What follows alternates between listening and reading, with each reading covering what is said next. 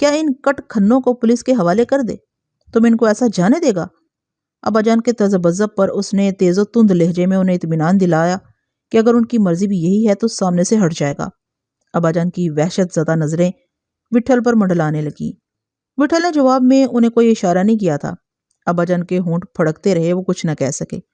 منیر علی ان سے کچھ فاصلے پر کھڑے تھے۔ انہوں نے ابا جان کے پاس آ کے اور ان کی کمر پر ہاتھ رکھ کے سرگوشی کے انداز میں کوئی آیت پڑھی۔ ابا جان کے شکستہ جسم میں ایک ثانیے کے لیے لہر سی اٹھی، مگر دوسرے ہی لمحے وہ اور نڈھال اور شکست خوردہ نظر آنے لگے۔ وٹھل کے سوا سب کی نگاہیں انہی پر جمی ہوئی تھیں۔ یکا یک منیر علی دبی آواز میں بولے، ممکن ہو تو انہیں معاف کر دو پیرو بھائی۔ پیرو ان کی طرف دیکھتا رہ گیا۔ تم کیا بولتا بڑے صاحب؟ وہ ہکلایا، پھر بگڑے ہوئے منہ سے کہنے لگا، اپن ابھی بابا سے پوچھتا ہے۔ ابا جان بستد کھڑے رہے۔ پیرو نے دھیمی آواز میں ان سے دوبارہ پوچھا۔ ابا جان پر کئی رنگ آ کے گزر گئے۔ انہوں نے سر جھکا کے بمشکل اتنا کہا، ہاں بھائی، شاید یہی ٹھیک ہے۔ ان کی آواز جیسے کہیں دور سے آ رہی تھی، نہ کوئی اشارہ کیا تھا، نہ صدائیں بلند کی تھیں۔ یقیناً وہ انہیں بھول تو نہیں گئے ہوں گے۔ ان کا رخ سیدھا صدر دروازے کی طرف تھا اور ہم بھی ان کے پیچھے تمنچے تانے لپکتے رہے تھے، لیکن ہم دلان کے چبوترے سے آگے نہیں گئے۔ میں نے اس اسنا میں 2 بندوق بردار آدمیوں کو صدر دروازے کے بائیں طرف پھیلے ہوئے سبززار میں درختوں کی اوٹ سے نکلتے دیکھا تھا، مگر روشنی اتنی نہیں تھی کہ وہ ہمیں صاف نظر آ سکتے۔ عمارت سے بھاگنے والوں نے چبوترے سے صدر دروازے کا فاصلہ آنن پھنن طے کیا تھا اور آخر میں صرف ایک بار ہمیں مڑ کے دیکھا تھا۔ اتنی دیر بھی انہیں اپنے زخمی ساتھیوں کی وجہ سے لگی۔ ان میں سے 2 سہارے کے بغیر نہیں چل سکتے تھے۔ کچھ دیر پہلے پیرو نے جس شخص پر ضربیں لگائی تھیں اس کی حالت بھی بہت ابتر تھی۔ صدر دروازے کے قریب پہنچ کے وہ ہماری نظروں سے اوجھل ہو گئے اور سناٹے میں لمحوں تک ان کے بھاگتی چاپوں کی گونج سنائی دیتی رہی۔ شاموں نے کمرے میں ان کے نکلنے سے پہلے ابا جان سے اجازت مانگی تھی کہ انہیں کسی نشانی کے بغیر نہیں جانے دینا چاہیے۔ جمرو اور مارٹی نے بھی اشارتاً ابا جان سے یہی اصرار کیا تھا۔ ان کی مراد تھی کہ کم از کم ان سب کی ناک چاقو سے کاٹ دی جائے۔ یہ سن کے ابا جان خاموش رہے۔ ان کے چاقو جیبوں سے نہ نکلے، البتہ کمرے سے سرگنا اور اس کے ساتھیوں کے باہر آتے وقت جو بھی مارٹی اور شاموں کے سامنے آیا اسے انہوں نے ٹھوکروں اور لاتوں سے بے کھنکایا۔ بندوقیں انہیں واپس کی جا چکی تھیں۔ کمرے میں پڑی ہوئی چھوٹی تکونی میز ٹنگو کے ہاتھ لگ گئی تھی۔ اس نے اچھل کے اسی سے ان کی کمر اور کولوں کو نشانہ بنایا۔ زہرا نے اتنی تیزی سے ایک آدمی کے سر سے اپنا سر ٹکرایا تھا کہ خود اس کے سر میں بھی گومڑ پڑ گیا ہوگا۔ کسی نے کوئی مزاحمت نہیں کی۔ کمرے سے نکل کے وہ بس بے تحاشا بھاگتے رہے۔ ان کی اس حواس باختگی کا ایک سبب یہ بھی تھا کہ صبح ہونے والی تھی۔ ہمارے لیے بھی یہی بہتر تھا کہ وہ اندھیرے ہی میں یہاں سے نکل جائیں اور جتنی دور جا سکتے ہوں چلے جائیں۔ کچھ دیر پہلے ہلکی ہلکی پھوار پڑی تھی، چھلا سا۔ درختوں کے پتے اور سبزہ بھگوتی ہوئی بادل کی ٹکڑیاں پلک چپکتے میں غائب ہو گئی تھی۔ ان کے جاتے ہی چبوترے اور سبزے پر دھوپ اتر آئی تھی، گہری چمکیلی دھوپ، لیکن ایسی تیز نہیں تھی۔ حیدرآباد کی دھوپ ویسے بھی نرم ہوتی ہے۔ اس وقت 10 بجے ہوں گے۔ سبھی سبزہ زار پر آ کے بیٹھ گئے تھے۔ ابا جان کے آ جانے سے ان کی کمی بھی پوری ہو گئی۔ کانتے بھی وہاں موجود تھا۔ اس کے ماتھے اور ہاتھ پر پٹیاں بندھی ہوئی تھیں۔ ابا جان کے چہرے پر بھی جگہ جگہ ہلدی کے دھبے پڑے ہوئے تھے۔ ان کا سارا ہی چہرہ سوجا ہوا تھا۔ ادھڑے سے ہونٹ، کٹے پھٹے گال، کسی تکلیف کے آثار بظاہر نظر نہیں آ رہے تھے، لیکن انہیں اپنی تکلیفیں چھپانے کا خوب موقع تھا۔ وٹھل آرام کرسی پر پاؤں پھیلائے بیٹھا ہوکے کی منال چوس رہا تھا۔ سب دھلے دھلائے اجلے لگ رہے تھے۔ وہ سبھی کی آنکھیں بوجھل تھی اور جسم بھاری بھاری۔ ان لوگوں کے جانے کے بعد کوئی بھی ایک لمحے نہیں سویا تھا۔ وٹھل کے کہنے پر اس وقت سبھی اپنے اپنے کمروں میں چلے گئے تھے، لیکن نیند کسی کو بھی نہیں آئی۔ صبح ہونے میں وقت ہی کتنا رہ گیا تھا۔ جیسے ہی دن نکلا سب نہا دھو کے باہر آ گئے۔ وٹھل اور پیرو لان میں کرسی بچھائے وہاں پہلے سے موجود تھے۔ انہیں یوں قریب بیٹھے دیکھ کر اب شاید کسی کو کوئی حیرت نہ ہوئی ہو۔ خلیل صبح ان لوگوں کو صدر دروازے سے جاتا دیکھ کر ہم اندر آئے تھے تو پیرو اندر داخل ہوتے ہی وٹھل کے گلے سے لگ گیا تھا۔ اس کی آنکھوں سے آنسو جاری تھے۔ اس وقت مجھے شائبہ تک نہیں ہوا تھا۔ غالباً کسی کو بھی گمان نہ ہوگا کہ یہ سب کچھ عمدن تھا اور وٹھل کے اشارے پر تھا۔ اسی طرح ان پر یہ تاثر قائم کیا جا سکتا تھا کہ انہیں چھوڑ دینے کا فیصلہ کسی سوچے سمجھے ارادے سے نہیں بلکہ حادثاتی ہے۔ ان کی قسمت اچھی تھی کہ ہمارے درمیان 2 بزرگ موجود تھے۔ انہیں اچھی طرح جتا دیا گیا تھا کہ ان کی سزائیں کتنی سنگین اور شدید ہو سکتی ہیں۔ ہمارے مابین اختلاف کے بعد ہی ان پر ایسا کوئی تاثر قائم ہو سکتا تھا۔ ابا جان اور منیر علی کا فیصلہ سن کے انہیں خوف تھا کہ کہیں دوسرے ہی لمحے ہم میں سے کسی کے سر میں کچھ سما نہ جائے، کوئی بھی سرکشی پر آمادہ ہو سکتا ہے۔ بزرگوں کی پاسداری بھی ایک حد تک ہوتی ہے، اس لیے واپسی کے وقت انہیں ایسی وحشت تھی، انہیں یہ خیال نہ ہوا ہوگا کہ ہمارے پاس انہیں یوں چھوڑ دینے کے سوا کوئی چارہ نہ تھا۔ ہم نے تو ایک طرح سے ان کی حفاظت کی تھی کہ وہ اپنے پیروں پر واپس جائیں اور ان کے جسم ضربوں کے نشانات سے محفوظ رہیں۔ یہ نشانات ہمارے راستے میں نہ جانے اور کیسی کیسی دیواریں حائل کر سکتے تھے۔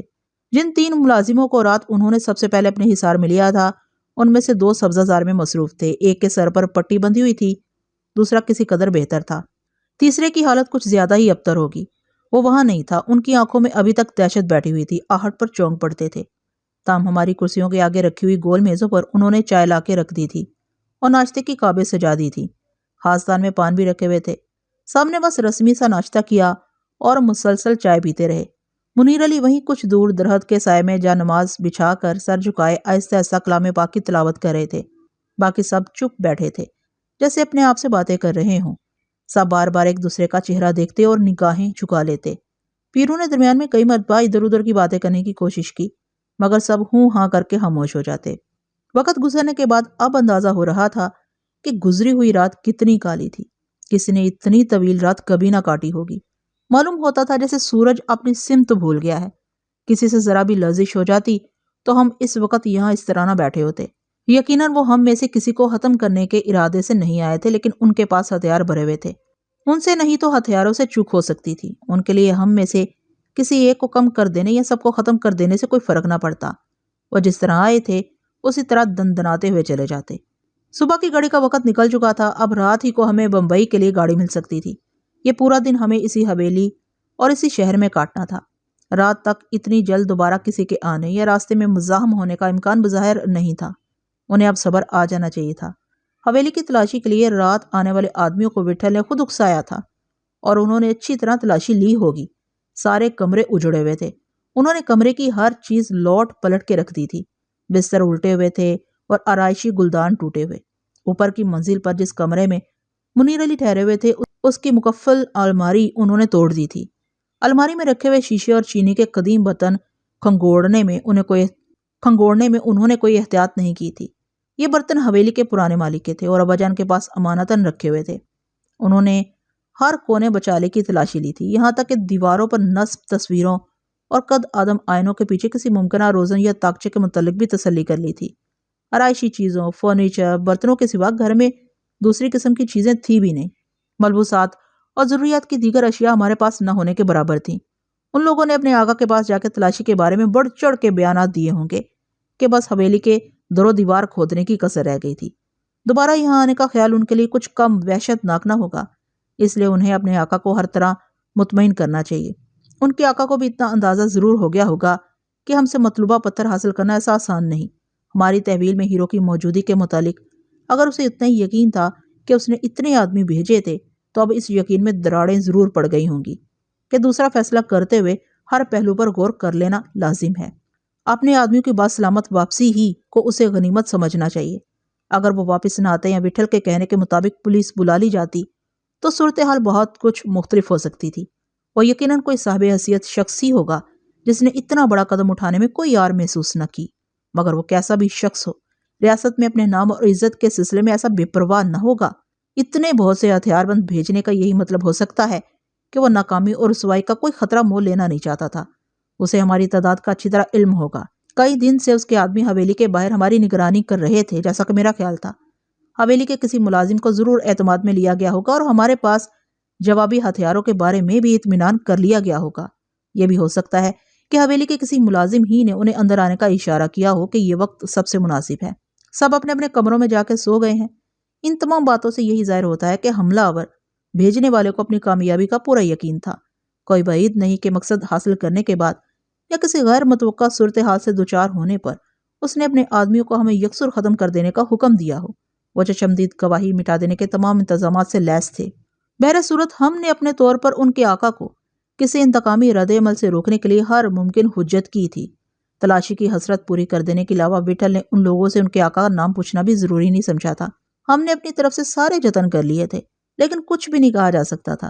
ریاست میں وہ صرف ایک شخص تو نہیں تھا پتھروں کے لیے جس کی طلب اتنی شدید تھی، اور بھی نواب راجا لوگ یہاں کم نہیں ہیں جو آدمیوں پر پتھروں کو فوقیت دیتے ہوں گے۔ نہ جانے اور کس کس کو ریاست میں ہماری موجودگی خبر اور نواب حشمت جنگ کو دیے جانے والے پتھر کی وجہ سے بے قراری ہو۔ کل رات مہاراجا کے علاوہ اور 2 آدمی آئے تھے، کسی اور کی آمد آج بھی ممکن ہے۔ بہتر یہی تھا جو ابا جان نے رات کہا تھا کہ صبح ہوتے ہی کیوں نہ ہم بڑے نواب کی حویلی میں منتقل ہو جائیں، وہاں سے ہم زیادہ محفوظ طور پر بمبئی کے لیے روانہ ہو سکتے ہیں۔ لیکن شاید وہ ابا جان کا مشورہ بھول گئے تھے، ابا جان کو بھی یاد نہیں رہا تھا، اس لیے وہ یوں فراغت سے بیٹھے تھے۔ میرے سر میں طرح طرح کے وہم امڑ رہے تھے۔ پیرو کی تیز آواز پر میں چونک پڑا اور نواب حشمت جنگ کے بارے میں وٹھل سے کہہ رہا تھا کہ نواب کو اب تک آ جانا چاہیے تھا، اس نے ابا جان سے صبح آنے کے لیے کہا تھا، اب 11 بج رہے ہوں گے۔ مجھے احساس ہوا کہ پیرو کا مطلب کچھ اور تو نہیں ہے، ممکن ہے وہ نواب حشمت جنگ کے متعلق ابا جان کو پھر کوئی اشارہ کر رہا ہو کہ اس کی آمد میں یہ تاخیر منی خیز بھی ہو سکتی ہے۔ میں نے پیرو کا لہجہ ٹٹولنے کی کوشش کی، مگر اس کے لہجے میں ایسی کوئی رمزیت نہیں تھی۔ کسی اور وجہ سے بھی نواب کو دیر ہو سکتی ہے، اگر کوئی ایسی ویسی بات تھی تو نواب کو وقت کا خاص خیال رکھنا چاہیے۔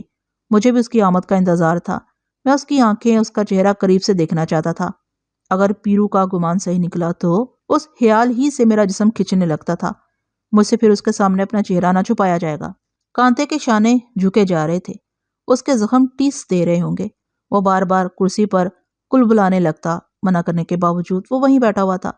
دھوپ ہر طرف پھیل چکی تھی، مارٹی اور شامو کے اٹھ جانے پر ٹنگو بھی اٹھ گیا۔ میں اور زورا کانتے کی وجہ سے رکے رہے۔ پیرو کو نواب حشمت جنگ کا ذکر کیے ہوئے ابھی چند ہی منٹ گزرے ہوں گے کہ صدر دروازے سے گاڑی کا شور سنائی دیا اور اوشوں کے درمیان گزرتی ایک سیاہ گاڑی ہماری طرف بڑھتی دکھائی دی۔ سب اپنی اپنی کرسیوں پر سیدھے ہو گئے۔ وہ نواب حشمت جنگ ہی کی گاڑی ہو سکتی تھی، ہاں وہ نواب ہی تھا۔ میری رگوں میں خون دھڑکنے لگا۔ گاڑی سبززار کے قریب ٹھہر گئی۔ ڈرائیور کے دروازہ کھولنے سے پہلے نواب جلدی سے نیچے اترا۔ اس کے چہرے پر تازگی اور شگفتگی تھی جو دوسرے ہی لمحے معدوم ہو گئی۔ نیچے اتر کے وہ تیزی سے آگے بڑھا اور ابا جان کے پاس آ کے ٹھٹک گیا۔ قبلہ گاہی، یہ کیا؟ اس کی زبان اٹکنے لگی اور اس کی منڈلاتی نظریں کانتے پر مرکوز ہو گئیں جس کی کلائی پر پٹیاں بندھی ہوئی تھی اور سارا منہ سوجا ہوا ادھڑا ہوا سا تھا۔ زورا کے چہرے پر بھی ہلدی کے دھبے پڑے ہوئے تھے، شامو کی باچوں کی خراش اور جمرو کی پھڑی ہوئی بھویں بھی اسے نظر آ گئی تھی۔ ہم یہ کیا دیکھ رہے ہیں والا جناب؟ وہ متوحش لہجے میں بولا۔ ابا جان کے زرد چہرے پر مسکراہٹ آ گئی۔ نواب کا بازو پکڑ کر وہ جھجھراتی آواز میں بولے، کوئی خاص بات نہیں ہے۔ نہیں، نواب نے بے چینی سے کہا، ہماری عقل حیران ہے، ہم یہ کیسا منظر دیکھ رہے ہیں؟ آپ تشریف رکھیے، ابا جان پرسکون آواز میں بولے، ذرا سی چوٹ لگ گئی ہے۔ یہ ذرا سی چوٹ معلوم نہیں ہوتی جناب والا۔ اور وہ کانتے، زورا، شامو اور جمرو کی طرف دیکھتے ہوئے بولا، ہمیں بتائیے یہ سب کیا ہے؟ پہلے آپ بیٹھیے تو صحیح، ابا جان نے کرسیوں کی طرف ہاتھ پھیلاتے ہوئے کہا۔ اس کے آنے پر سبھی کھڑے ہو گئے تھے۔ ابا جان کو خیال آیا اور انہوں نے اسے اندر نشستگاہ میں چلنے کے لیے کہا، مگر وہ وہیں بیٹھ گیا۔ اس کے ماتھے پر شکنوں کا جال پڑ گیا تھا اور وہ بہت مضطرب نظر آ رہا تھا۔ ہمیں کچھ دیر ہو گئی، چلتے ہوئے ایک نہایت ضروری سرکاری کام پیش آ گیا، وہ نپٹا کے ہم سیدھے یہاں پہنچے، مگر یہاں تو وہ بے ترتیب لہجے میں بولا، عذرائے کرم ہماری تشفی کیجیے، یہ کس قسم کا حادثہ تھا؟ مجھے جستجو تھی کہ ابا جان حادثے کی نوعیت کیا بتاتے ہیں۔ نواب کی طرف سر اٹھا کے انہوں نے گہری سانس لی اور کہنے لگے، رات کو یہاں کچھ لوگ آ گئے تھے۔ کچھ لوگ؟ کون لوگ؟ چور؟ رات کو اور کون آ سکتا ہے؟ چور آ گئے تھے؟ نواب الجھی ہوئی آواز میں بولا، کیا واقعی؟ جی ہاں، ابا جان نے پھیکی ہنسی سے کہا اور وٹھل اور پیرو کی طرف بے اختیار ان کی نگاہیں اٹھ گئیں۔ وہ دونوں ساکت بیٹھے رہے۔ ابا جان ہی کسمساتے لہجے میں بولے، چھوٹا موٹا سا واقعہ ہے، یقین کیجیے ہم سب خیریت سے ہیں، ہمیں تفصیل سے بتائیے، وہ بےتابی سے بولا۔ ابا جان کے ہونٹ لرزنے لگے، سوچ رہے ہوں گے کہ وہ کیا اور کس طرح بتائیں، انہیں کتنا حذف کرنا چاہیے۔ پیرو کی بات بھی انہیں اچھی طرح یاد ہوگی، وہ شدت سے اسے مسترد کر چکے تھے، لیکن شبہ کی کھٹک تو ان کے دل میں ضرور ہوگی۔ ان کی جھجک سے نواب کچھ اور بے چین ہو گیا۔ اتفاق سے ہم لوگوں کی آنکھ کھل گئی۔ ابا جان نے شگفتگی سے کہنے کی کوشش کی، اور چوروں کو مکینوں کی بیداری سے پرانا بیر ہے۔ حویلی کی اونچی فصیل چوکیداروں کی نفری عبور کر کے چور کیسے آ گئے تھے؟ ہمارے علم میں نہیں کہ اس حویلی میں پہلے یہاں کوئی ایسا واقعہ پیش آیا ہو۔ پہلے حویلی میں ایسے مکین بھی نہیں تھے۔ نواب نے کرب سے آنکھیں بھیج لی۔ اوہ، وہ تمتماتی آواز میں بولا، ہماری سمجھ میں کچھ نہیں آ رہا، کیسے چور تھے؟ چور تو چور ہی ہوتے ہیں جناب والا، سر پہ سینگ نہیں تھے۔ ابا جان کے لہجے میں کسی قدر تندی آ گئی تھی، فوراً سنبھل گئے اور مسکرا کر کہنے لگے، آدمی ہی کے بچے تھے۔ نواب نے ابا جان کی تندی پر توجہ نہیں دی۔ ہاں، ہماری مراد ہے، کیا چاہتے تھے؟ زرو مال؟ نواب حشمت جنگ ابا جان کے جواب پر حفیظ سا ہو گیا، پہلو بدل کے بولا، یہ ایک نہایت سنگین واقعہ ہے، آپ سے ربط خاطر کے علاوہ ہم اس ریاست کے منصب دار بھی ہیں، عذرا کرم ہمیں ساری بات بتائیے۔ اس کی آواز میں غم و غصے کی لرزش نمایاں تھی۔ کیا عرض کریں نواب صاحب، جو کچھ ہم دیکھ رہے ہیں ایسے قیاس کیا جا سکتا ہے کہ آپ نے ایک تکلیف دہ رات گزاری ہے، مگر ہم اپنے محترم نواب صاحب کو اس واقعے کے ناگوارے بیان سے کیوں مقدر کریں؟ رات گئی بات گئی۔ میں نے عرض کیا نا کہ زرو مال کے لالچ میں کچھ چور چکار حویلی میں گھس آئے تھے، مسلح تھے اور شورا پست بھی۔ سوچا ہوگا نئے نئے لوگ ہیں، ابھی گھر میں مکینوں جیسا جماؤ نہیں ہوا ہوگا، حویلی کے چوکیداروں کو انہوں نے پہلے ہی قابو میں کر لیا تھا۔ ہم لوگ جاگ گئے، یا یوں کہیے کہ انہوں نے ہمیں جگا دیا۔ ان کا خیال تھا کہ جیسے ہم کوئی خزانہ ان سے چھپا رہے ہیں، مطلب براری کے لیے انہوں نے دست درازی بھی کی، اور اس جارحیت کی حد تک۔ نواب اداسی سے بولا، یہ کس وقت کا واقعہ ہے؟ پھر ان لوگوں سے نجات کیسے ملی؟ رات ہانسی ڈھل چکی تھی جب ان کی آمد کا کٹکا ہوا۔ ابا جان نے دھیمے لہجے میں کہا، یہاں کچھ ہوتا تو نہیں ملتا، ہمارے پاس کچھ ہوتا تو انہیں بتا بھی پاتے۔ انہیں ہماری بے سر و سمانی کا مشکل سے یقین آیا، انہوں نے ساری حویلی کی تلاشی لی اور چلے گئے۔ نواب سوچ میں پڑ گیا، میری نظریں مسلسل اس پر جمی ہوئی تھی۔ اس کے چہرے پر پریشانی اور دکھ کے آثار تھے، اور بظاہر مصنوعی معلوم نہیں ہوتے تھے، لیکن بعض لوگوں کو اپنی شکلیں بدلنے کا ہنر خوب آتا ہے۔ ابھی ہم اسے جانتے ہی کتنا تھے، آدمی کو جاننے میں کبھی ایک عمر صرف ہو جاتی ہے۔ ابا جان نے نہایت آسانی سے سب کچھ کہہ دیا تھا، مگر نواب مطمئن نہیں تھا، چونک کے بولا، کس قسم کے لوگ تھے؟ ڈھاٹے باندھے ہوئے تھے، بعد میں ان کے چہرے بھی ہمیں دیکھنے کو مل گئے، شکل و صورت سے اجڑ، غیر شہری اور جنگجو معلوم ہوتے تھے۔ اور مگر جانے دیجئے، زندگی میں طرح طرح کے تجربوں سے دوچار ہونا پڑتا ہے، کوئی ایسی نئی بات تو نہیں، ہوتا ہی رہتا ہے۔ آپ بتائیے، آپ کیسے ہیں؟ ایک رات درمیان میں گزری، یا معلوم ہوتا ہے کہ ایک زمانہ بیت گیا؟ جہانی میاں کا کیا حال ہے؟ اس طرف جانا ہوا؟ ہاں جی ہاں، رات کو جانا ہوا تھا۔ جہانی میاں آپ کے جانے سے بہت دلگیر نظر آتے تھے، ان کے لیے اب ہم ہی کو زیادہ وقت دینا ہوگا۔ عالم تاب سے ان کا رشتہ بھائی کا کم دوست کا زیادہ تھا، کچھ عاشقی کی سی کیفیت تھی۔ برس لگیں گے اس سانحے سے سنبھلنے میں، نواب نے ڈوبتی آواز میں کہا، اور لمحاتی توقف کے بعد کہنے لگا، کاش آپ وہیں سے روانہ ہوتے تو یہ سب اس طرح پیش نہ آتا، مگر یوں ہی کچھ ہونا طے تھا تو کون روک سکتا تھا؟ معاف کیجیے، ہمیں کچھ ایسا محسوس ہو رہا ہے کہ ہماری دلداری مزاحم ہو رہی ہے، مگر اس طرح تو ہم پر اور بوجھ رہے گا۔ بہتر ہوگا کہ اگر آپ ہمیں ان مجرموں کے متعلق کچھ اور بتائیں، مثلاً ان کی زبان، لب و لہجہ، طور اتوار۔ ہمارے ہاتھ اتنے کوتا نہیں کہ ان کی گردنوں تک نہ پہنچ سکے۔ یقیناً وہ اپنی بعض نشانیاں یہاں چھوڑ گئے ہوں گے۔ ریاست میں ایسے واقعات کی ہم قطعاً اجازت نہیں دے سکتے، یہاں ایسا بہت کم ہوتا ہے، برسوں میں اکا دکا واقعات پیش آتے ہیں۔ ریاست کے قوانین رہزنوں اور ڈاکوؤں کے لیے کسی قسم کی لچک نہیں رکھتے، اگر ہم نے انہیں ان کی سزاؤں تک نہ پہنچایا تو یہ نہ صرف ہماری سبکی ہوگی بلکہ ساری ریاست کی توہین۔ ہمیں حیرت ہے کہ وہ کون لوگ ہو سکتے ہیں؟ کیا وہ یہاں سے کچھ لے گئے؟ آپ کے پاس نقدی وغیرہ تو وافر ہوگی؟ تھوڑی بہت ہے، یہی کوئی 1,00,000 سوا لاکھ بقدر ہو۔ نواب سر ہلانے لگا اور بولا، کتنی دیر وہ یہاں رہے؟ خاصی دیر، ابا جان نے تذبذب سے جواب دیا۔ حویلی کے ہر کمرے کی تلاشی میں کچھ نہ کچھ وقت تو لگتا ہے، پھر نقدی ان کی نگاہوں سے کیسے اچھل رہی؟ نواب نے تیکھے لہجے میں کہا۔ اس کے تیکھے پن میں طنز نہیں تھا، شاید اس لیے کہ نقدی چھپا کے نہیں رکھی گئی تھی۔ بدحواسی میں نے سامنے رکھی ہوئی چیز کا خیال نہیں آیا، حالانکہ اسی کمرے میں تھی جہاں میں تھا۔ نواب نے تعداد پوچھی تو ابا جان بے اختیار وٹھل اور پیرو کی صورت دیکھنے لگے اور بولے، باقاعدہ شمار تو نہیں کیا، لیکن 15-16 کی نفری تو ضرور تھی۔ 15-16 کی اور مسلح؟ نواب اچھل سا گیا۔ نواب حشمت جنگ ایک بارے دیدہ شخص تھا۔ ابا جان کی آواز میں کوئی لکنت نہیں تھی، مگر ان کے لہجے میں گرہیں پڑی ہوئی تھیں، اور نواب کے سامنے ان کا چہرہ بھی تو تھا جس پر ان کے سینے کی تمام گھٹن سمٹ آئی تھی۔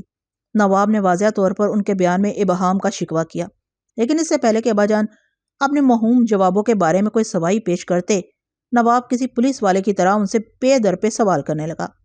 ابا جان ہر بات صاف صاف بتا سکتے تھے، لیکن اگر یہی تھا تو پھر رات ان آدمیوں کو یوں جانے دینے کا کیا جواز رہ جاتا تھا جس وجہ سے انہیں جانے دیا گیا تھا؟ وہ تو اب بھی موجود تھی۔ اگر وہ خفیہ ہاتھ نواب حشمت جنگ کا نہیں تھا تو یہ ساری رداد نہ صرف اس کا سکون غارت کرتی، ہمارے پیروں کی بھی زنجیر بن جاتی۔ یہ سب کچھ سن کے اس کے عالم غضب کا ایک تصور ہی کیا جا سکتا تھا۔ یہ حقیقت اسے چین نہ لینے دیتی کہ سب اسی ہیرے کا کرشمہ ہے جسے ابا جان نے بکمال قلندری اس کی نظر کر دیا تھا، اور یہ تمام محض اس ایک لرزش کا شخصانہ ہے کہ اس نے ریاست کے بعض امراء کو خود سنائی کے کسی مغلوب وقت میں اس ہیرے کی جلوہ نمائی کرائی تھی۔ یہ سب جان کر اس کی نگاہوں میں جن لوگوں کی تصویریں ابھر سکتی تھی ان میں سب سے پہلا شخص غالباً مہاراجہ ہی ہوتا۔ اس کے بعد ریاست کے ایسے تمام نوابین جن کی پتھروں سے رغبت جنون کی حد تک ہے۔ نواب کی ان لوگوں سے خوب آشنائی ہوگی، سو ان تک پہنچنا اس کے لیے کوئی مشکل نہ تھا۔ ابا جان کی ایک ذرا سی لب کشائی ریاست کے نوابوں راجاؤں میں کسی بھی فتنے کا پیش خیمہ ثابت ہو سکتی تھی۔ ابا جان کو ان کے مابین اس فساد سے اتنی دلچسپی نہیں تھی جتنی حیدرآباد سے بعافیت نکل جانے کی بے چینی تھی۔ نواب انہیں پھر روک لیتا اور اس وقت تک نہ جانے دیتا جب تک ابا جان کی نظروں میں مجرموں کو کفر کردار کو پہنچا دینے کی سرخروئی اسے حاصل نہ ہو جاتی۔ ابا جان کی کم امیزی اس کے تجسس کو اور ہوا دے رہی تھی۔ اس کا بار بار بدلتا رنگ اندرونی بے سکونی کی غمازی کر رہا تھا اور ابا جان کے پاس کہنے کے لیے اس کے سوا کچھ نہیں تھا۔ وہ مزید ایک پہر بھی اس شہر میں ٹھہرنا نہیں چاہتے ہوں گے۔ ہیروں سے وابستگی، اڈے کے لوگوں سے وابستگی، شہر میں اجنبیت اور خانم کی آمد کا واقعہ بھی نوابین سے روپوش نہیں رہا ہوگا۔ ایک پہر جانے کتنے روزن کھول دیتا۔ رات آنے والے آدمیوں کے اصل مقصد کی بھنک نواب کو بے لگام کر سکتی تھی۔ ابا جان کو اپنی روانگی تک اسے اسی تذبذب و کشمکش کی حالت سے دوچار رکھنا تھا اور بہتر یہی تھا کہ وہ کسی طرح اس وقت تک اس کے ساتھ ہی رہیں۔ سبزہ زار میں زخمی ملازمین بھی نواب کی نظروں کے سامنے تھے، لیکن ہماری موجودگی میں ان سے کچھ پوچھنا وضع کے منافی تھا۔ اس میں ہماری بھی تو توہین تھی، نواب کی بھی۔ ابا جان کو اب احساس ہو رہا ہوگا کہ رات انہوں نے وٹھل کی بات نہ مان کے کتنی بڑی غلطی کی تھی۔ رات اگر وہ وٹھل اور پیرو کو چھوڑ کے چپکے سے بمبئی کے لیے نکل کھڑے ہوتے تو انہیں اس بے بسی و بیچارگی سے نہ گزرنا پڑتا، لیکن شاید انہوں نے کوئی غلطی نہیں کی تھی۔ انہیں وٹھل اور پیرو کو چھوڑ کے کہیں نہیں جانا چاہیے تھا، ورنہ وہ خود سے ہمیشہ شرمسار رہتے۔ نواب کی حیران و مضطرب کیفیت سے اس کی ناآلودگی ہی ظاہر ہو رہی تھی، مگر ابا جان نے احتیاطاً وہ کانٹا اپنے سینے میں محفوظ رکھا ہوگا جو رات پیرو نے انہیں چبھویا تھا۔ بے شک نواب کی تکرار عمدن بھی ہو سکتی تھی اپنی آلودگی کے احساس سے۔ کہیں ابا جان کی پہلو تہی اور درگزری نے اسے کچھ مشتبہ نہ کر دیا ہو اور اسے ابا جان کی آنکھوں کے آئینے میں اپنے لیے کوئی بال نہ نظر آ گیا ہو۔ یہ بال پرگندہ آنکھوں ہی کو نظر آ سکتا ہے۔ اس صورت میں نواب کے لیے یہی لازم تھا کہ وہ شد و مد سے اس الزام کی تردید کرتا رہے۔ اپنے دامن کے دھبے دھونے کے لیے اسے رات کے واقعے کی جزیات و تفصیلات جاننے کے سلسلے میں اتنی ہی وحشت و بےتابی کا اظہار کرنا چاہیے تھا۔ اسے زندہ واپس جانے والے آدمیوں سے معلوم ہو گیا ہوگا کہ ان کی سمت کے بارے میں ہمیں کچھ جانے کا موقع نہیں ملا تھا۔ یوں نواب کو دلیلیں دینے کا گداز حاصل تھا۔ نواب کو کیا معلوم کہ یہ گداز بھی ہم ہی نے فراہم کیا تھا، جان بوجھ کے، بہت جبر کر کے، اتنی بڑی تعداد۔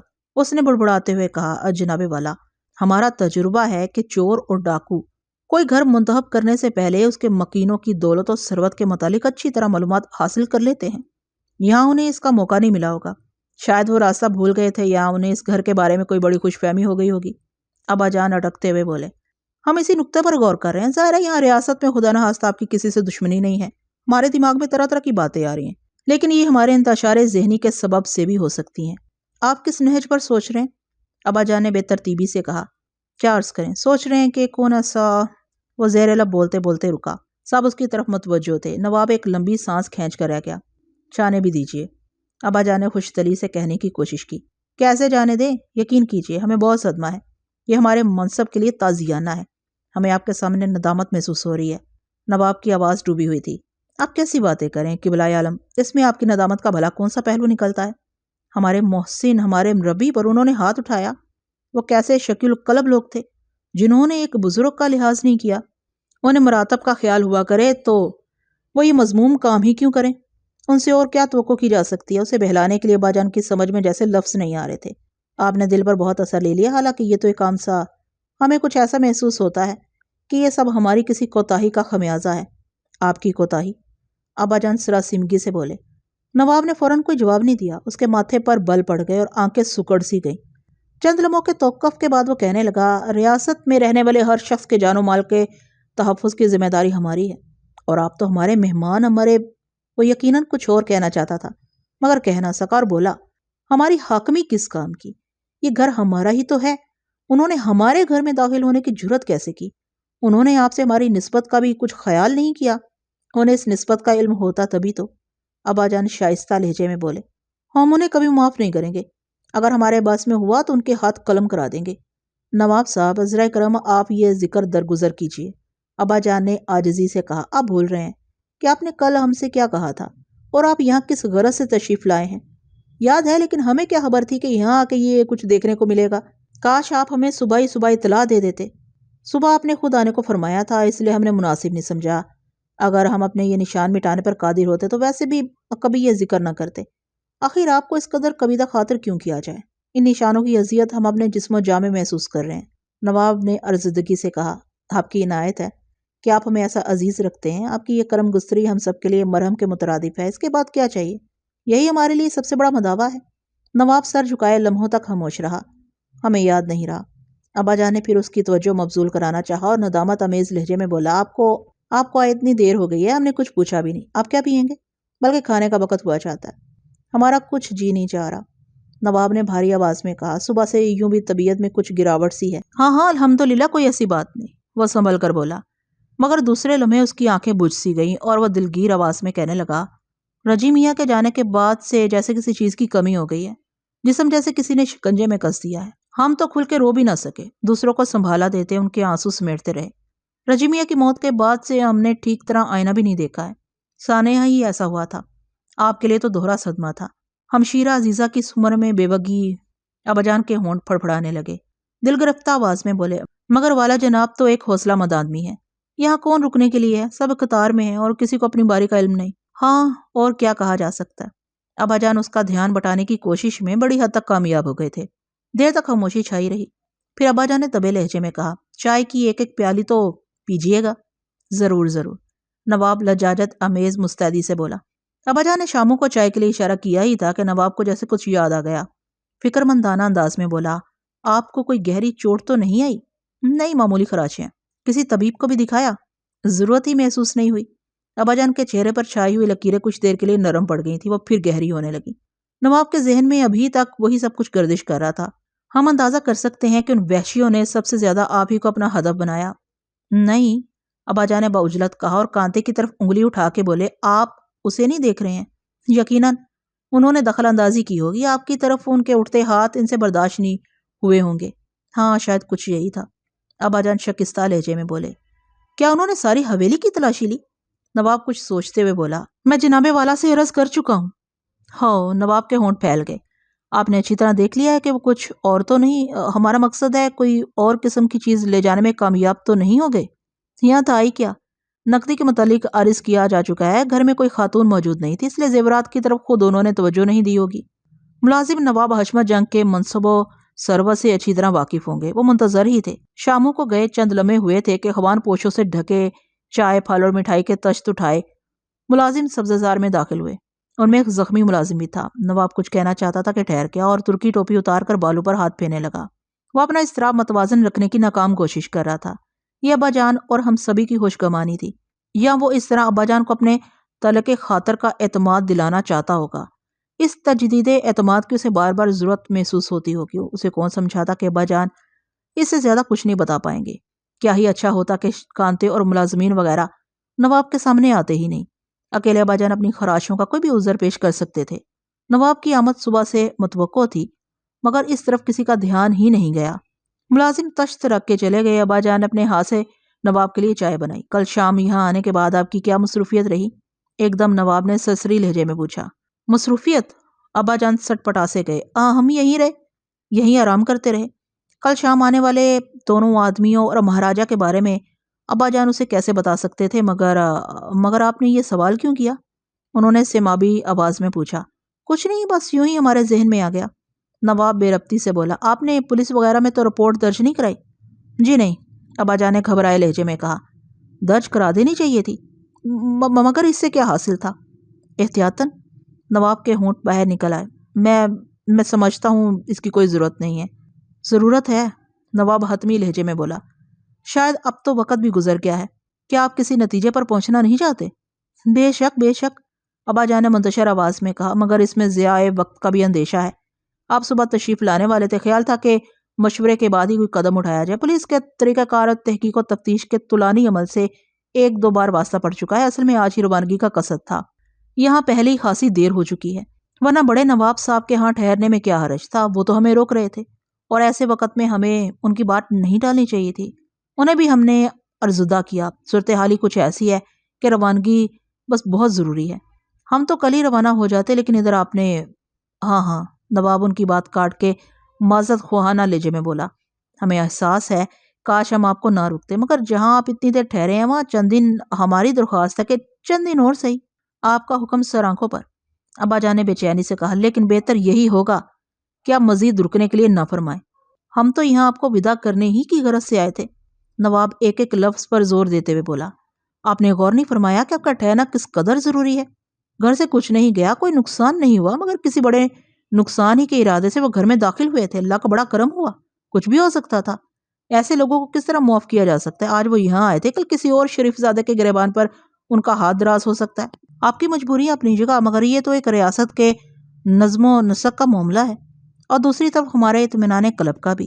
ہم آپ کو یقین دلاتے ہیں کہ پولیس کو بیجا کارروائیوں کی اجازت نہیں دیں گے. آپ دیکھیے تو صحیح ہم کیا کرتے ہیں, کیا کچھ کر سکتے ہیں. جناب من, ابا جان کی آواز اڑی اڑی سی تھی. ہم آپ سے کیا عرض کریں کہ ادھر بھی وقت پر نہ پہنچے تو بہت نقصان کا احتمال ہے.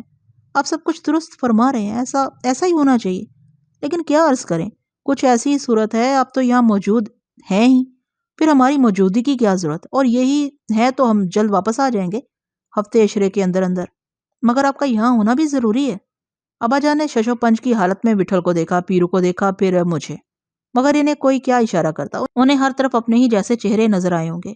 انکار کر دینا ایسا مشکل نہیں تھا, مگر ابا جان کے سامنے ریاست کا ایک اقبال مند نواب ہی نہیں, ریاست کا حاکم بھی بیٹھا ہوا تھا. اب تک اس نے ہم سے بظاہر ایک ہمنشین, ایک درد مند کی حیثیت سے بات کی تھی, لیکن کسی بھی لمحے اس کی آنکھوں کا رنگ بدل سکتا تھا. اس پر اپنے عہدہ و منصب کا کوئی رنگ غالب آ سکتا تھا. اس کے شائستہ طور طریق میں کبھی تندی اور برہمی کی آمیزش صاف محسوس کی جا سکتی تھی. یہ آلودگی واقع کی سنگینی, نزاکت احساس اور ہم سے اپنے تعلق کی پاسداری کے سبب سے بھی ہو سکتی تھی, یا اپنی دولت و ثروت, اپنے عز و وقار کی کوئی لہر یوں ہی امڑ آتی ہوگی. مگر ہمارے لیے یہ بہتر تھا کہ ہم اسے اس کی حاکمیت کے فخر و زور پر محمول کریں. ابا جان کا لب و لہجہ چگلی کھا رہا تھا کہ ان پر نواب کی اس دوسری ہی حیثیت کا غلبہ ہے. انہوں نے اسے ایک حاکم سے کم یا زیادہ رتبہ نہیں دیا ہے, اور نواب کی جنبش ابرو کی فتنہ گری اور اپنی زبان سے نکلے ہوئے کسی مجہول لفظ کی ستم انگیزی کا انہیں خوب احساس ہے. وہ اب تک ایک ہوش مند آدمی کی طرح محتاط تھے. ممکن ہے اب نواب کی وہ حیثیت بھی ان کے وہم و گمان میں دوبارہ رینگنے لگی ہو جس کی نشاندہی پیرو نے کی تھی. نواب کے سرار کی وجہ کہیں خود اس کی پسپائی تو نہیں. ضروری نہیں کہ صبح اپنے آدمی خالی ہاتھ واپس آ جانے پر اس کی حلش دور ہو گئی ہو سکتا ہے چنگاری باقی ہو, اور نواب اسی امید پر اندھیرے میں تیر چلا رہا ہو, اور پولیس کے ذکر اور چند دن مزید قیام کی درخواست سے وہ کوئی حجت پوری کرنا چاہتا ہو.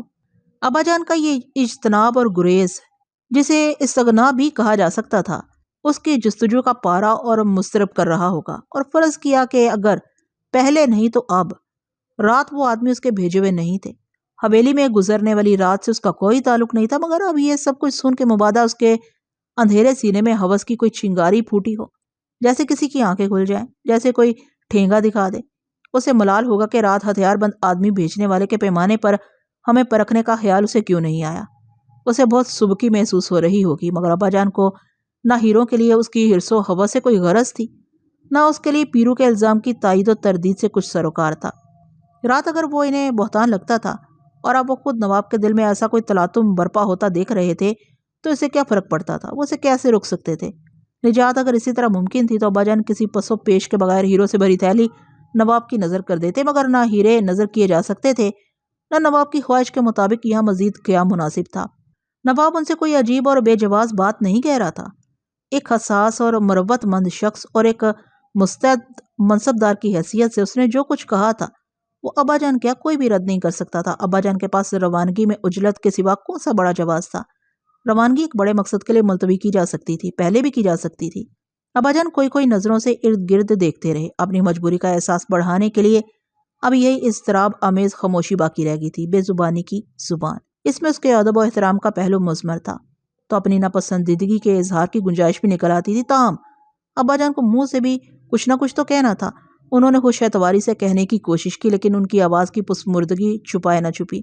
انہوں نے کہا, پھر درست ہے, جیسا آپ کا حکم ہے. ہم حکم نہیں قبلہ گاہی, ہماری درخواست ہے. درخواست ہے تو اجازت ہی دے دیجیے. ہماری کوشش ہوگی کہ وقت کم سے کم صرف ہو. نواب تیزی سے بولا, انشاءاللہ ایسا ہی ہوگا. ابا جان نے ایک لمحے کے لیے آنکھیں موند لی. ہو سکتا ہے انہوں نے واقعی خواب کی نگاہوں میں اپنے لیے کوئی گرا پڑتی دیکھ لی ہو. پھر اچھا ہی ہوا کہ نواب کی طرف سے کوئی فیصلہ صادر ہونے کی بجائے انہوں نے اپنا فیصلہ خود سنا دیا. مناسب ہے، پھر میں ان لوگوں کو روانہ کر دیتا ہوں. ابا جان نے ٹھہرے ہوئے لہجے میں کہا. میں رک جاتا ہوں. انہوں نے جیسے کوئی ناقابل فہم بات کہہ دی ہو. نواب چونک سا گیا. ابا جان کے چہرے پر اس کی نگاہیں منڈلانے لگی. ابا جان کے چہرے پر ایسا بوجھل سکون تھا جو عدالت میں کھڑے ہوئے ملزم پر اپنے مقدر کا لکھا سن کے ہوتا ہے. آپ پہلے جاؤ گے. یکا یک سبزہ زار میں وٹھل کی آواز گونجی. سب کرسیوں پر سیدھے ہو گئے. آپ کا ادھر جانا ضروری ہے، وٹھل نے حقے کا کش لیتے ہوئے کہا. ہم اس طرف رہیں گے. نواب صاحب سب ٹھیک ہی بول رہے ہیں. نواب نے اب تک ہم میں سے کسی کی طرف توجہ نہیں دی تھی، حالانکہ ہم اس کے لیے نئے نہیں تھے. بڑے نواب کی حویلی میں کئی دن تک وہ تقریباً ہمارے ساتھ رہا تھا، ہم سے باتیں کرتا رہا تھا، مجھ سے بطور خاص. غالباً ابا جان کی موجودگی میں ہم سے کوئی باز پرس آداب کے منافی تھی. ابا جان نے بھی ہمیں اس کا موقع نہیں دیا تھا. وٹھل کی دخل اندازی پر نواب کی آنکھوں کی چمک کود کر آئی. آپ سمجھ رہے ہیں کہ ہم یہ اصرار کس لیے کر رہے ہیں؟ وہ جوشیلے لہجے میں بولا. وہ کہیں سے بھی آئے ہوں، ہماری دسترس سے دور نہیں ہے. ہمیں یقین ہے ہم جلد ہی ان تک پہنچ جائیں گے. پھر وہ بےتابانہ وٹھل سے پوچھنے لگا. آپ نے انہیں دیکھا تھا؟ اچھی طرح دیکھا تھا، وٹھل نے گنجیلی آواز میں کہا. ہماری مراد ہے آپ کا ان لوگوں کے بارے میں کیا خیال ہے؟ نواب کی بے چینی بڑھتی جا رہی تھی. اپنے کو اوپر سے نیچے تک بالکل اٹھائی گرے لگتے تھے. وٹھل نے سرد آواز میں جواب دیا. بالکل جنگلی لوگ. وٹھل کی بات پوری ہونے سے پہلے پیرو نے تیزی سے کہا. اپن آپ کو بولے نواب صاحب، اپن کو شبہ ہے، جیسا بابا بولا ہے، کتے کا اولاد رستہ بھول کے آیا تھا، یا کسی نے ادھر کے لیے ان کے ساتھ مخول کیا تھا. مخول؟ آپ کا مطلب ہے مذاق؟ نواب نے تعصف امیز درشتی سے کہا. کتنا ہولناک مذاق!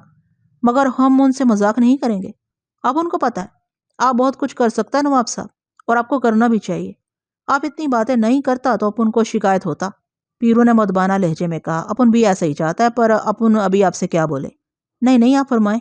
اپن ابھی آپ سے ایک بات پوچھنا مانگتا ہے. مجھے اندیشہ ہوا کہ پیرو کی زبان نہ بہکنے لگے، مگر اسے خود بھی احساس ہوگا. وہ نسبتاً دھیمی آواز میں بولا. آپ بولتے ہو اپن ٹھہرے جاتا ہے، پر اپن کی سمجھ میں نہیں آتا کہ ادھر رہ کے کیا کرے گا. جب آپ ادھر ہے سب جانتا ہے، اپن کو نکلے ہوئے بہت دن ہو گیا ہے. ادھر کا سیدھا کرنے سے ابھی ادھر کا الٹا ہو گیا تو تم لوگ چلے جاؤ. ابا جان نے کسی قدر تنبیہی لہجے میں پیرو سے کہا. میں 1-2 دن بعد آ جاؤں گا، وہاں تو میری تاخیر کا کوئی بھی معقول عذر کر دینا. ویسے بھی تو کسی اور وجہ سے دیر ہو سکتی ہے. ابھی آپ کیسا بولتا بابا؟ پیرو نے احتجاجی آواز میں کہا. آپ کو اپن سے زیادہ ادھر ہونا چاہیے. اپن کیا بولے؟ اپن کیا منہ لے کے جائے گا؟ کس کو کیا جواب دے گا؟ ابھی سب چوپٹ ہو سکتا ہے. آپ نہیں جائیں گا تو اپن کے جانے سے کیا ہوئیں گا؟ یہاں نوکر چاکر لوگ بھی تو ہیں. وٹھل نے استگی سے نواب کو مخاطب کرتے ہوئے کہا. اس کا انداز ٹوکنے کا سا تھا. رات 3 تو اپنے ساتھ گرے ہوئے تھے، سب ان کا جانا بوجھا دیکھا سنا ہے. نواب حشمت جنگ جذبس ہونے لگا. بابا جان وٹھل اور پیرو کے چہرے دیکھا کیا.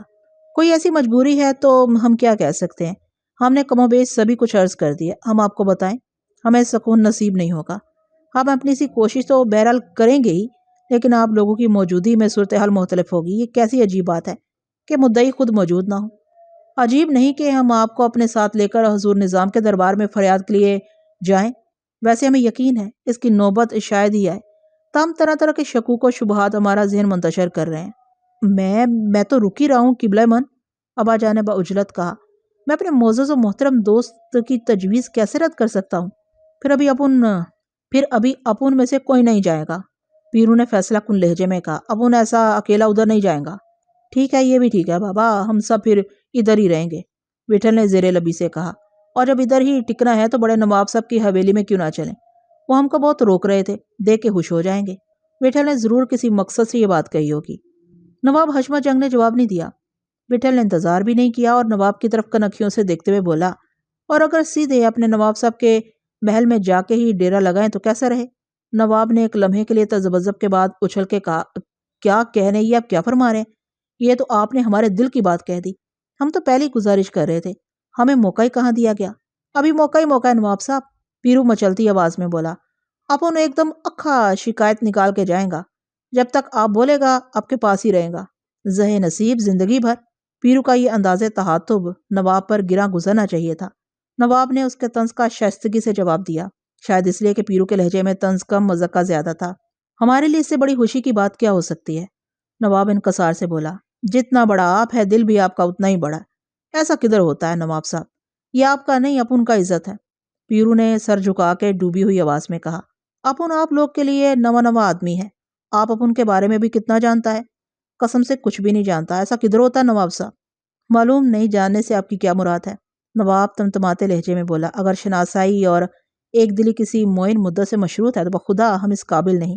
اس مختصر مدت میں آپ حضرات نے جو نقش ثبت کیے ہیں ان سے ہم آشنا نہیں تھے۔ سچ تو یہ ہے کہ ہم کچھ اور جاننا بھی نہیں چاہتے، یقیناً اس سے کہیں بیش ہوگا، مگر ہمارے لیے آپ سے اتنی آگہی کی سرشاری کیا کم ہے؟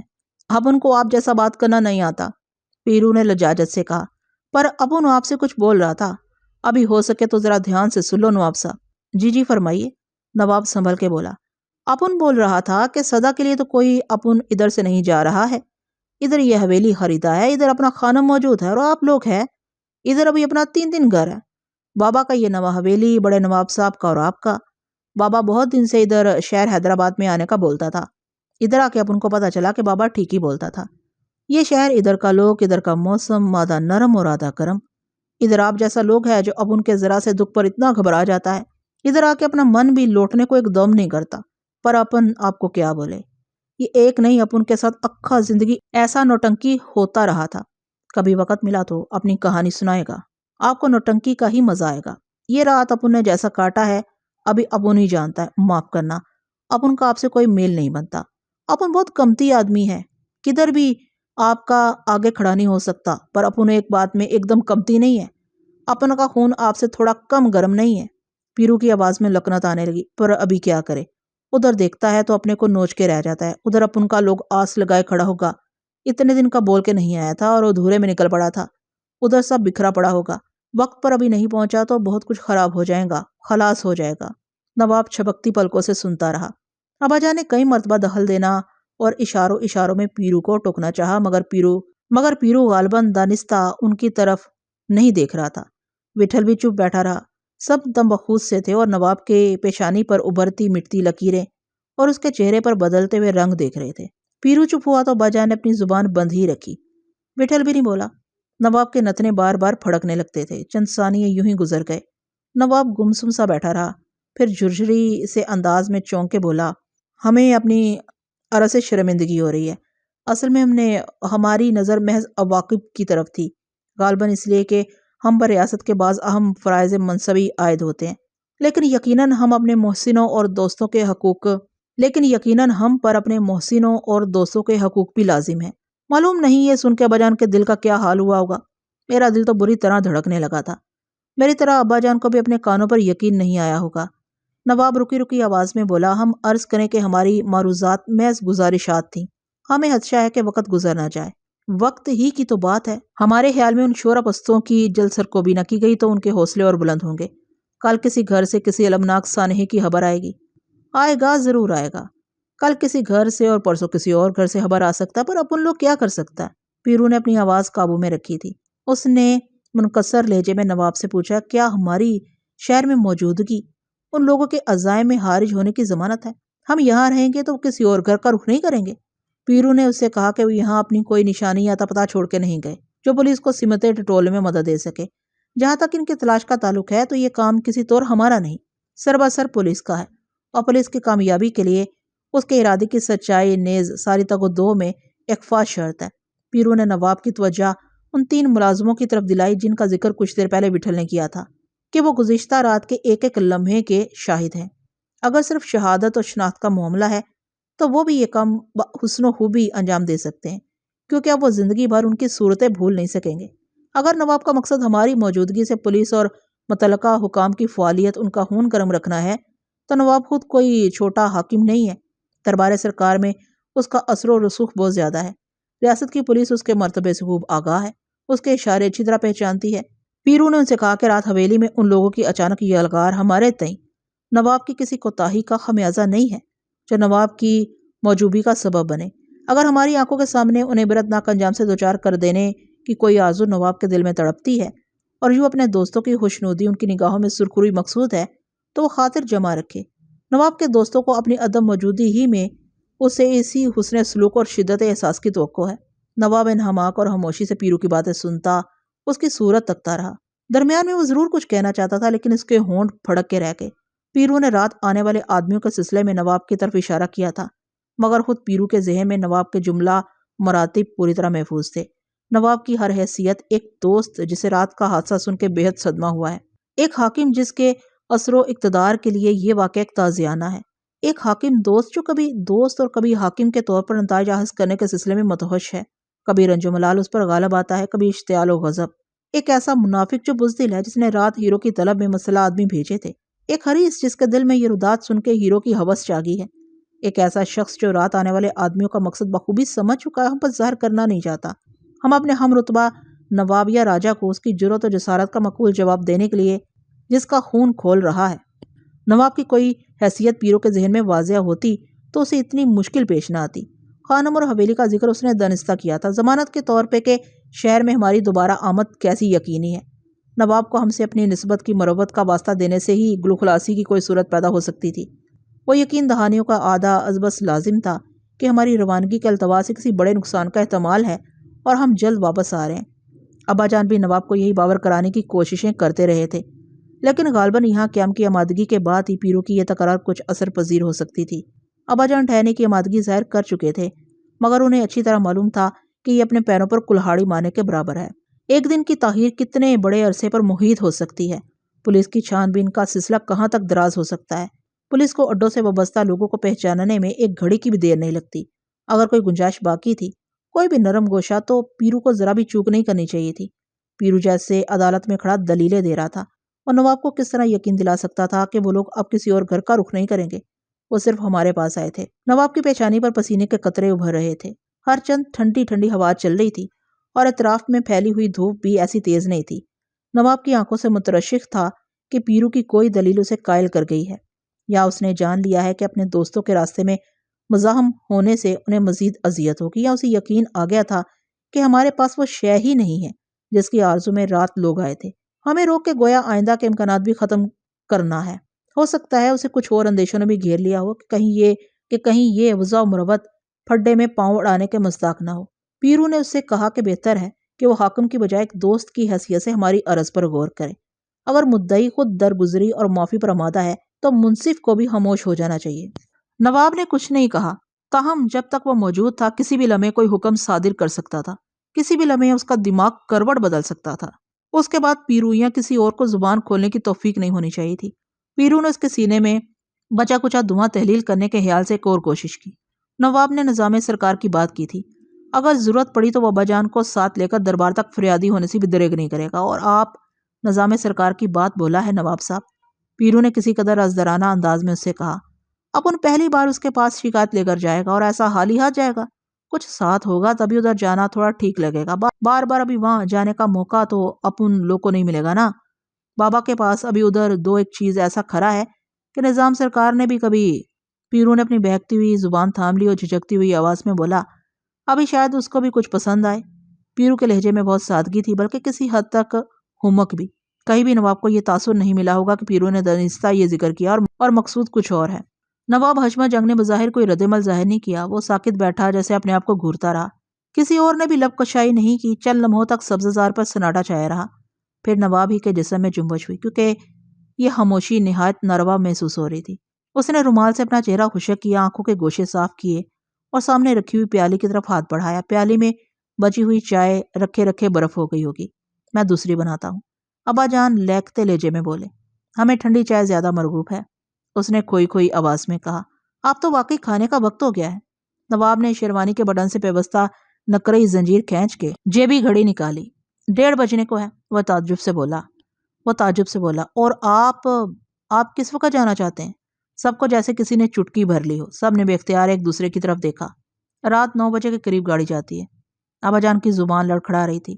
پھر تو وقت کم رہ گیا۔ ہماری خواہش تھی کہ دوپہر کا کھانا آپ غریب آنے پر تناول فرماتے، لیکن اب اس میں اور وقت صرف ہو جائے گا، ہمیں بازار بھی جانا ہے۔ میری درخواست ہے کہ یہ تکلف اگر مناسب ہو۔ ابا جان کی آواز ان کا ساتھ نہیں دے رہی تھی۔ تکلف کیسا؟ ہم تو کچھ بھی نہ کر سکے۔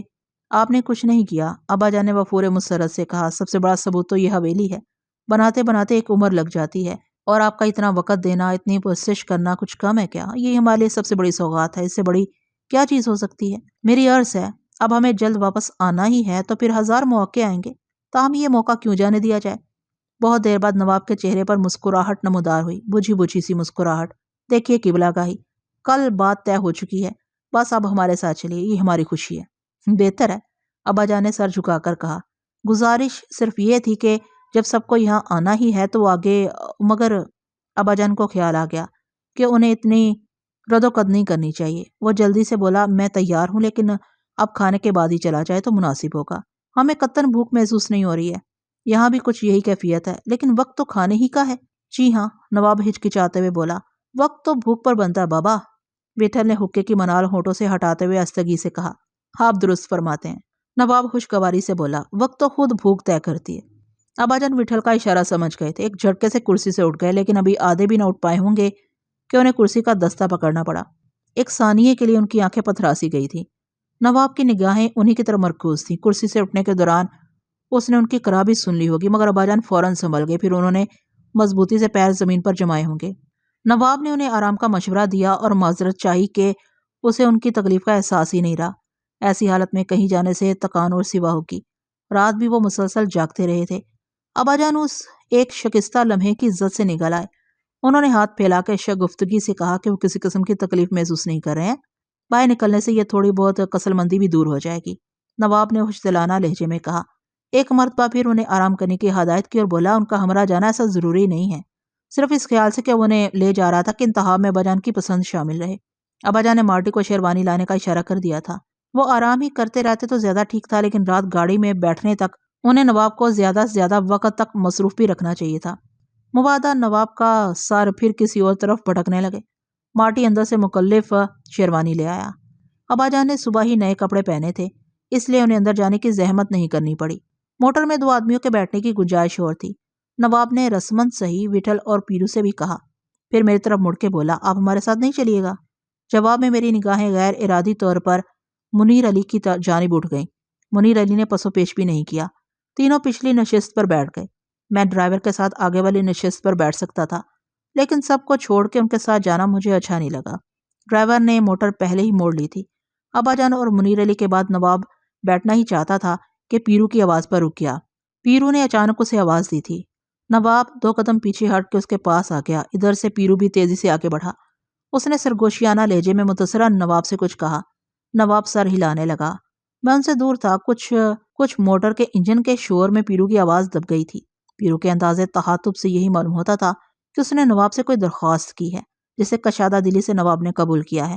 اس نے پیرو کے شانے پر تھپکی دی اور موٹر میں بیٹھ گیا۔ ممکن ہے پیرو نے اپنے لب و لہجے کی معذرت کی ہو، بہرحال کوئی ایسی بات ضرور کہی تھی جس نے نواب پر اچھا اثر مرتب کیا تھا۔ دیکھتے دیکھتے موٹر ہماری آنکھوں سے دور ہو گئی، مگر سب دیر تک کھڑے صدر دروازے کی طرف دیکھتے رہے، اور صدر دروازے کے پاس سڑک سے موٹر کی پوں پوں کی آواز آئی۔ تبھی جیسے سب بیدار ہوئے۔ پیرو جسم ڈھیلا چھوڑ کے اتنی زور سے کرسی پر بیٹھا کہ کرسی ٹوٹتے ٹوٹتے رہ گئی۔ اس نے دونوں ہاتھوں میں اپنا منہ ڈھانپ لیا، بائیں طرف سے زورا آ کے مجھ سے لپٹ گیا اور میری گردن سے سر رگڑنے لگا۔ پیچھے سے مارٹی نے آ کے میری کمر جکڑ لی اور شامو نے آ کے مجھے بھینچ لیا۔ ان سب کی سانسیں اکھڑی ہوئی سی تھی، جیسے وہ دور سے چل کے آ رہے ہوں اور جیسے بہت دنوں بعد ایک دوسرے سے مل رہے ہوں۔ زورا، شامو، جمرو میری طرف سے ہٹ کے پیرو کی کرسی کی طرف چھپٹے اور اس کے ہاتھ پیر چومنے دبوچنے لگے۔ پیرو نے انہیں جھڑکا، لیکن ان میں سے کوئی اس کے پاس سے نہیں ہٹا۔ پیرو نے گالیاں بکنے لگا۔ میں سیدھا کانتے کے پاس چلا آیا۔ جانے کتنی بار مجھے اس کا دھیان آیا تھا، میں اس کی طرف دیکھ کے رہ جاتا تھا۔ نواب کی موجودگی میں وہ اپنے آپ پر جبر کیے ہوئے تھا۔ اس کے جاتے ہی اب وہ کرسی سے سر ٹکائے آنکھیں مندے بے حال نظر آ رہا تھا، بکھرا ہوا سا۔ میں نے اس کا بازو چھوا تو وہ اچھل گیا۔ اس نے میرا ہاتھ اپنے سینے سے لگا لیا۔ میں اسے وہاں سے اٹھا کے اندر لے آیا۔ اسے اب چلنے میں دقت ہو رہی تھی۔ میری منتوں سے وہ بستر پر لیٹ گیا اور چند لمحوں میں بے سدھ ہو گیا۔ جمرو اور شامو نے ملازمین سے کہہ کر کھانا لگوا دیا تھا۔ کسی نے منع نہیں کیا، کانتے وہاں نہیں تھا۔ باقی سب نے پیٹ بھر کے کھایا۔ ملازمین نے نواب حجم جنگ کے خیال سے اچھا خاصا اہتمام کر لیا تھا۔ یہاں سے وہاں تک دسترخوان سجا ہوا تھا۔ میں کانتے کے پاس کچھ دیر بیٹھنے کے بعد عمارت میں یوں ہی گھومتا رہا، کبھی اس کمرے میں کبھی اس کمرے میں۔ اندر حویلی میں کسی جگہ میرا جی نہیں لگا۔ میں نے ان سب کی طرح سیر ہو کے کھانا کھایا تھا، لیکن بہت جلدی میں۔ سب سے پہلے میں نبٹ گیا تھا، پھر بھی ان کے ساتھ آخر تک دسترخوان پر بیٹھا رہا۔ کھانے کے دوران بھی میرا جی اڑا سا تھا۔ کچھ ایسا گمان ہوتا تھا کہ کہیں کچھ ہو رہا ہے اور ہم سب یہاں بے خبر بیٹھے ہیں۔ ہم سے کوئی چوک ہو رہی ہے۔ میری نگاہیں بار بار ان سب کی طرف اٹھتی تھی اور ان کے چہروں پر چھایا ہوا قرار بھی مجھے جھوٹ معلوم ہوتا تھا۔ ابا جان کو گئے ہوئے 1 گھنٹے سے اوپر ہو رہا تھا۔ وٹھل کے کہنے پر آرام کرنے کے لیے سب ادھر ادھر منتشر ہو گئے۔ کانتے کو ایک نظر دیکھ کے میں نشست گاہ میں واپس آ گیا۔ یہاں پیرو اور وٹھل کے سوا کوئی نہیں تھا۔ وٹھل وہیں دیوان پر آنکھیں بند کر کے لیٹ گیا۔ پیرو بھی اس کے قریب صوفے پر نیم دراز تھا۔ ان کی باتیں سننے اور کچھ اخذ کرنے کی غرض سے میں بھی چپ چاپ ایک صوفے پر لیٹ گیا، مگر وہ دونوں خاموش تھے اور سونے کی کوشش کر رہے تھے۔ سامنے رات کا سفر تھا اور خاصا طویل سفر۔ اچھا یہی تھا کہ وہ تھوڑی دیر کے لیے آرام کر لیں اور تازہ دم ہو کے یہاں سے نکلے۔ میں نے بھی آنکھیں موند لیں۔ لیٹتے ہی میرا سارا جسم اکڑنے لگا، لیکن نیند ایک پل کے لیے بھی نہیں آئی۔ سامنے دیواری گھڑی ٹک کر رہی تھی۔ 3:30 بج رہے تھے۔ گاڑی رات 9 بجے کے قریب روانہ ہونی تھی۔ کم سے کم آدھ گھنٹے پہلے ہمیں اسٹیشن پہنچنا اور 1 گھنٹے پہلے حویلی سے روانہ ہو جانا چاہیے تھا۔ گویا ابھی ہمیں پورے 4 گھنٹے یہیں رہنا ہے۔ ابا جان بھی واپس آتے ہوں گے۔ بازار میں انہیں اور کتنی دیر لگ سکتی ہے؟ سارا بازار تو اٹھا کر نہیں لائیں گے، اور نواب حشمت جنگ بھی آخر کتنی دیر ان کے ساتھ رہے گا؟ میری نظریں گھڑی پر لگی ہوئی تھیں۔ لگتا تھا کہ وقت بوڑھا ہو گیا یا جیسے گھڑی تھک گئی ہے۔ میں کوئی آدھ گھنٹے تک اپنے آپ کو سمیٹے باندھے لیٹا رہا، لیکن آرام کی بجائے میری رگیں اور کھچنے لگی۔ میں اٹھ کے بیٹھ گیا۔ میری نظر سامنے کے صوفے پر دراز پیرو کی طرف گئی۔ اس کی آنکھیں کھلی ہوئی تھیں یا میری آہٹ سے کھل گئی تھیں۔ میں دبے قدموں کمرے سے نکل جانا چاہتا تھا۔ موان پیرو کی آواز آئی، کدھر کو جا رہے ہو؟ وہ بڑبڑاتے ہوئے بولا، کانتے کو دیکھنے۔ اس کی طبیعت مجھے ٹھیک نہیں لگ رہی ہے دادا۔ وہ بھی اٹھ گیا۔ ابھی لوٹ پوٹ کے ٹھیک ہو جائے گا سالا۔ میرا خیال ہے اسے کسی حکیم یا ڈاکٹر کو دکھا دینا چاہیے۔ سور کا کھال کا بنا ہے راجا، پیرو نے مسکراتے ہوئے کہا۔ ابھی ضرورت پڑا تو ادھر جا کے اکٹھا دکھا دے گا۔ بمبئی ہی چل رہے ہیں ہم لوگ؟ میں نے زیر لبی سے پوچھا۔ ہاں راجا، اور کدھر؟ وہ سانس بھر کے بولا، ابھی بہت دن ہو گیا، تمہیں گیتا وغیرہ کی تو بہت یاد آتی ہوگی۔ ہاں، اس کی آنکھیں چمک اٹھیں۔ اپن اتنی دیر کبھی گیتا سے دور نہیں رہا۔ ادھر کبھی لمبا چھٹی کو گیا بھی تو 15-20 دن بعد اس کو جا کے دیکھ آتا تھا۔ لوٹ کے اپن سیدھا ٹائم پر واپس پہنچ جاتا تھا تو سنتری لوگ بھی اپن کا دھیان رکھتا تھا۔ مگر اب کے تو یہ بھی ممکن نہیں ہوا۔ اب کے تو بہت دن ہو گئے۔ پر اپن بول کے آیا تھا، ابھی آئے گا کہ نہیں بھی آئے گا، اپن سب خلاص کر کے چلا تھا۔ کیا اپن کے لیے یہ تھوڑا ہے کہ ابھی پھر لوٹ کے ادھر جا رہا ہے؟ میں جانتا تھا کہ وہ میری خاطر ایسا کہہ رہا ہے۔ اپنی بیوی اور بیٹی سے ملنے کے لیے وہ گن گن کے دن کاٹ رہا ہوگا۔ ان دونوں سے اس کی وابستگی کا حال مجھے اچھی طرح معلوم تھا۔ تم نے فیض آباد کلکتے وغیرہ سے خط تو لکھ دیا ہوگا؟ نہیں، اپن سوچا ابھی بس ایک دم سامنے جائیں گا۔ پیرو کی آواز تپنے لگی، اور راجا اپن ابھی تیرے بارے میں سوچتا ہے، ادھر بمبئی میں اتنے دن بعد بھائی بہن لوگ سے ملے گا تو کیا ہوئیں گا؟ وہ آپ کیا پہچانیں گے دادا؟ میں نے استگی سے کہا، مجھے تو ان کے سامنے جانے کے خیال ہی سے خوف آتا ہے۔ ٹائم بھی تو بیچ میں بہت پڑا ہے۔ ہاں دادا، اور وقت کا تو یہ ہے کہ کس پر کیسا گزرتا ہے، اسی حساب سے اس کی پیمائش ہونی چاہیے۔ کبھی ایک پل بھی برسوں کے برابر ہوتا ہے، ہر ایک کے لیے تو اس کا حساب الگ ہے۔ یوں تو 10 سال ہو رہے ہیں، لیکن کیا یہ ٹھیک ہے؟ پیرو پلکے پٹ پٹانے لگا اور مچلتی آواز میں بولا، اپن بھی ادھر تیرے ساتھ چلیں گا راجا، تماشا دیکھنے دادا۔ کیسا بولتا ہے؟ وہ تونک کے بولا، تماشا ہی ہوگا دادا، میں کس منہ سے ان کے سامنے جاؤں گا؟ انہیں تو اپنے بھائی کی حیثیت سے مجھے پہچاننے سے انکار کر دینا چاہیے۔ کیوں راجا؟ سب کچھ میری ہی وجہ سے تو ہوا ہے۔ میری وجہ سے وہ بے گھر ہوئے، در بدر مارے مارے پھرتے رہے، مجھے کسی کا کوئی خیال نہیں آیا۔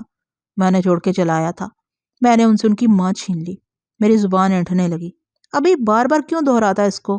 دہراؤں بھی نہیں دادا، اپنی خطائیں خود سے چھپاؤں، اپنے آپ کو دھوکہ دوں؟ یہ تو اب ہمیشہ کا عذاب ہے۔ سوچتا ہوں تو سینہ پھٹنے لگتا ہے، میں کوئی غلط کہتا ہوں؟ امی کی عمر بھلا ابھی جانے کی تھی، میں نے اچھی بھلی چھوڑ کے نکلا تھا۔ میری وجہ سے وہ زندہ نہ رہ سکی۔ وہ ایک میری ہی ماں تو نہیں تھی، ان سب کی بھی تھی۔ میں نے ان سے ان کی ماں چھین لی۔ باپ بھی ان کا اپنا نہیں رہا۔ ابا جان کا دماغ میں نے بھٹکایا تھا، نہ انہیں تبت کے وہ منحوس کاغذات ملتے، نہ وہ اپنا گھر برباد کرتے، اور فمی بھی تو میری وجہ سے بے پردہ ہوئی تھی۔